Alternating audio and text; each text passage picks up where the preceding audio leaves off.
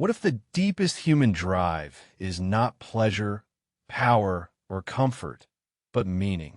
That one question changes the way you interpret anxiety, boredom, ambition, suffering, and even happiness. Welcome back.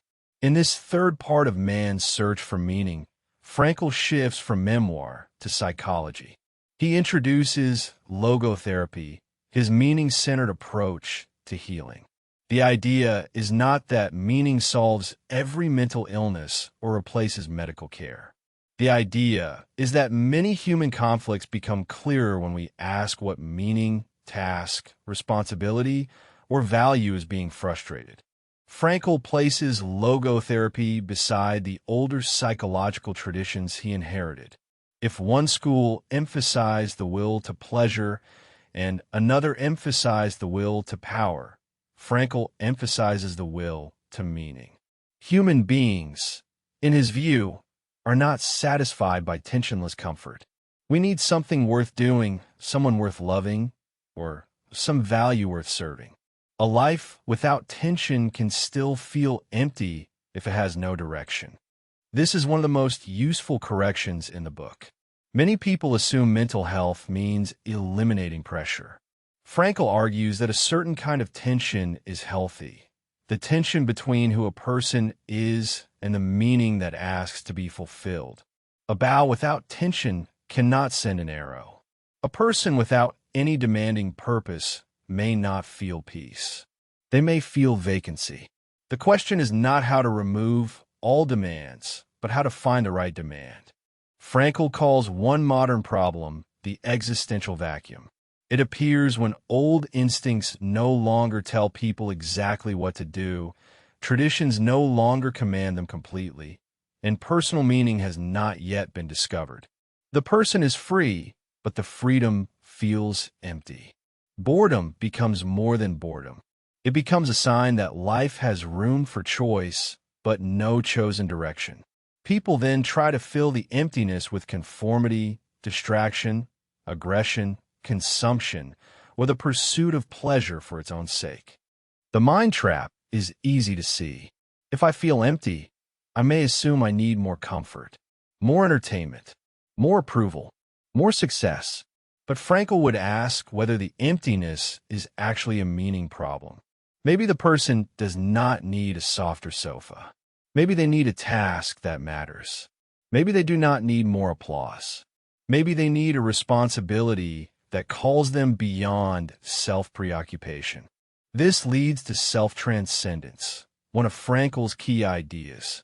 The human person becomes fully human not by staring endlessly at the self, but by reaching towards something beyond the self, a person to love, a cause to serve, a work to complete, a value to realize.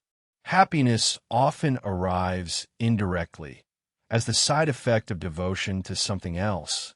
The more a person chases happiness as a direct object, the more it may slip away.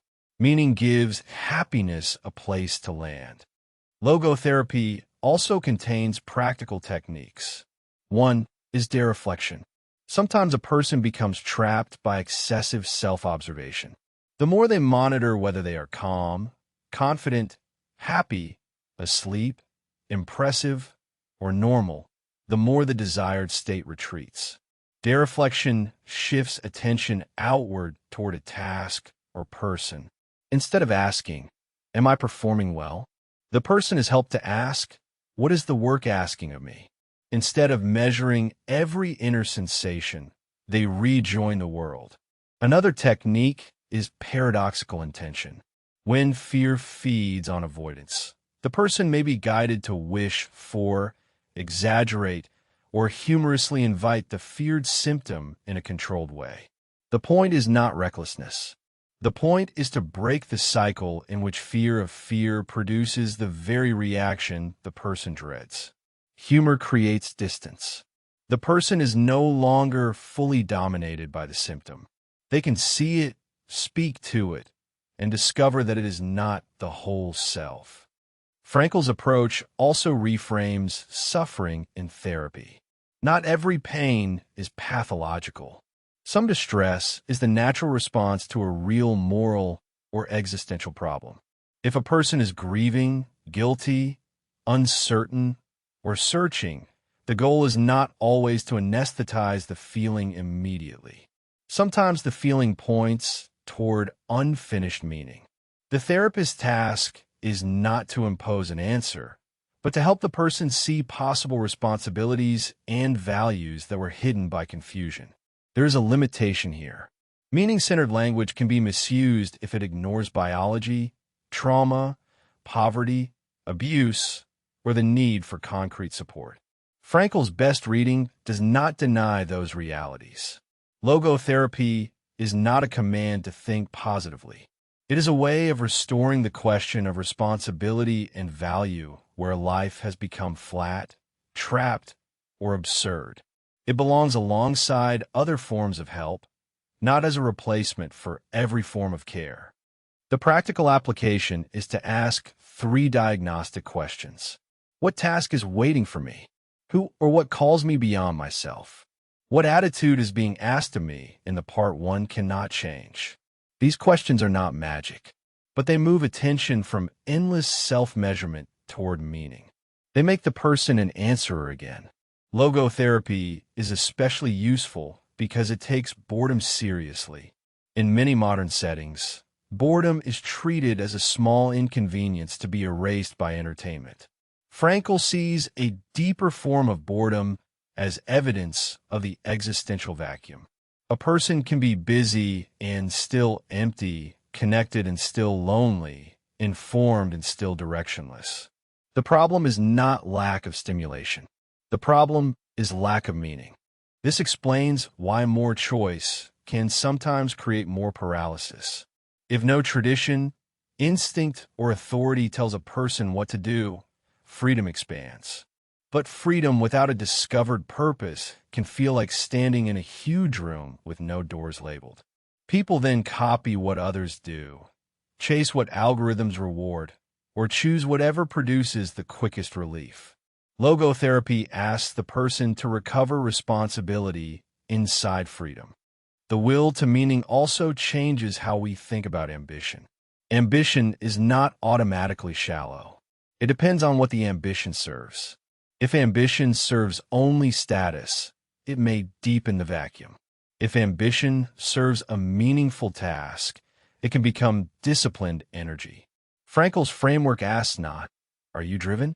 But, driven toward what, for whom, and at what moral cost? The idea of self-transcendence is one of the strongest antidotes to anxious self-measurement. A person trying to feel confident may inspect confidence until it disappears. A person trying to be happy may monitor happiness until life becomes a performance review. Self-transcendence says, turn toward the task, the person, the value. Let the self be gathered by devotion to something outside itself. Dereflection works because attention is powerful. What we continually inspect often grows louder. A speaker who constantly checks whether their hands are shaking may become more nervous. A sleeper who constantly checks whether sleep has arrived may become more awake. A person seeking meaning by staring only at inner states may become more trapped. Redirecting attention outward does not deny the inner life. It gives it a healthier relationship to the world. Paradoxical intention adds humor to fear. Fear often works like a loop. I fear the symptom. The fear produces tension. The tension produces the symptom, and the symptom proves the fear. By exaggerating or inviting the feared reaction in a safe way, the person steps outside the loop. Humor creates distance between the person and the fear. The fear is still present, but it is no longer the unquestioned ruler. Frankl also distinguishes existential frustration from illness. A person who feels unsettled by questions of purpose is not necessarily sick. They may be facing a real human task. This matters because a culture can over-medicalize every discomfort or, on the other side, ignore real illness by calling everything a meaning problem. Frankl's balance point is that some suffering belongs to the search for meaning, and it should be understood rather than automatically silenced. The therapist in this model is not a meaning dictator. The therapist cannot hand the patient a universal purpose like a prescription bottle. Instead, the therapist helps reveal possibilities, responsibilities, and values. The patient must discover the meaning of the situation.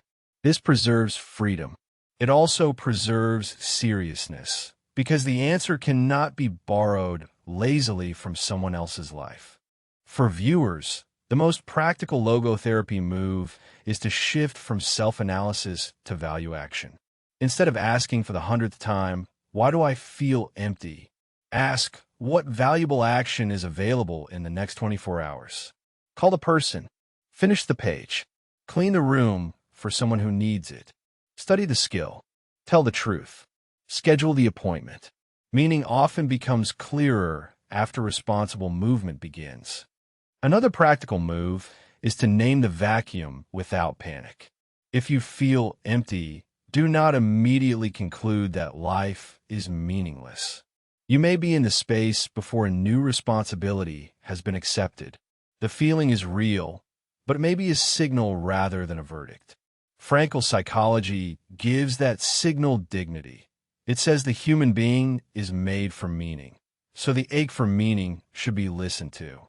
Frankl's view of happiness is especially useful because it removes pressure from happiness itself. If happiness is treated as the main target, every unhappy moment feels like failure. Logotherapy suggests that happiness is often a byproduct of meaning, not a command that can be obeyed directly. A person absorbed in a meaningful task may later realize they were happy. A person trying desperately to manufacture happiness may become more aware of its absence. The same pattern applies to success. Frankl warns, in effect, that success should not be pursued as the direct object of life. It follows from dedication to a cause greater than the self. This is not a guarantee that every meaningful effort will be publicly rewarded. It is a reordering of attention. Do the work because the work is called for. Love because the person is worthy of love. Serve because the value is real. Let results come as they can. The existential vacuum also explains why people can be exhausted by freedom. If every option is open but no value is binding, choice becomes heavy. People then escape into conformity, do what everyone else does, or into total impulse, do whatever feels good now. Frankl's alternative is neither blind obedience nor random desire. It is conscience, the capacity to hear the unique meaning of the situation and respond. One strength of logotherapy is that it takes the future seriously. Some therapies look mainly backward, into origins and wounds. That can be necessary. Frankl adds a forward pull. What meaning waits to be fulfilled? This future orientation can give a person leverage. The past matters, but it is not the only force in the room. A future task can reorganize the present and loosen the grip of old patterns. For everyday life, logotherapy can become a weekly review. Ask, where did I experience emptiness, and what responsibility might it be pointing toward? Where did I become too focused on myself, and what outward task would restore balance? Where did fear grow because I avoided it, and could humor or paradox shrink it? Where did I chase happiness directly, and what meaningful work would make happiness less fragile? Thank you for listening. Logotherapy gives the book its psychological spine. Human beings can suffer from lack of meaning, and healing often begins when responsibility becomes visible again. Final close. The goal is not to stare at the self until the self feels complete. The goal is to find a meaning strong enough that the self can step forward.